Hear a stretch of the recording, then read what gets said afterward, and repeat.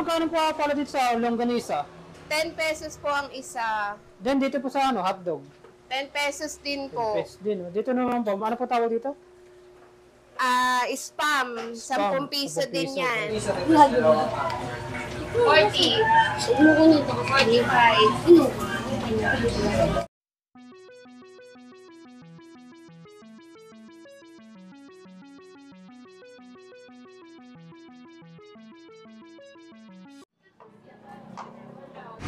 Panibagong araw, panibagong food trip vlog. Dito po tayo ngayon sa may San Guillermo, Putatan, Muntinlupa. May nalaman ako na kainan na abot kaya na ulam at kanin.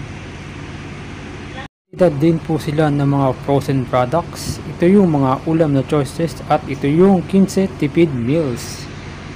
Yan o. Magandang ambience ng lugar guys o. Pagpasok nyo pa lang guys, ito na kagad ang makikita nyo kagad mga ulam na tipid meals. Yan. Ito magkano po pala dito sa longganisa? 10 pesos po ang isa. Then dito po sa hotdog.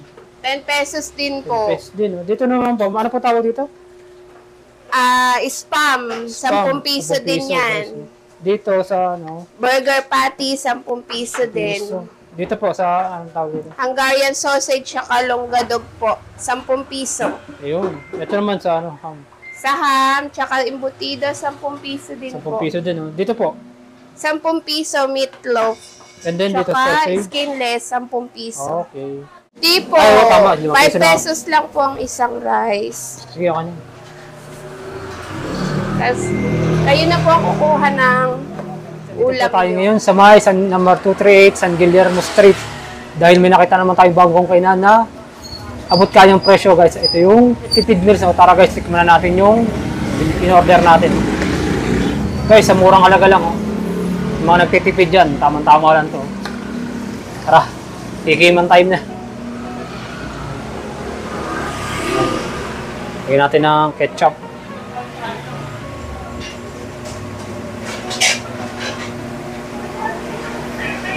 Yan, tikman na natin.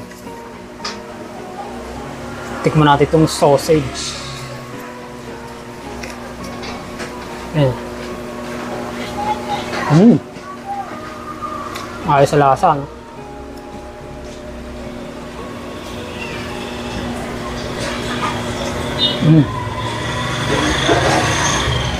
Then ito namang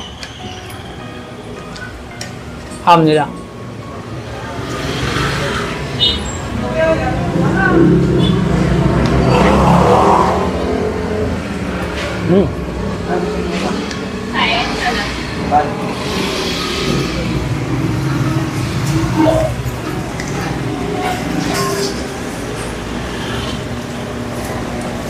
Ano gusto mo? Ito naman yung ham. Ayan. Bulog na!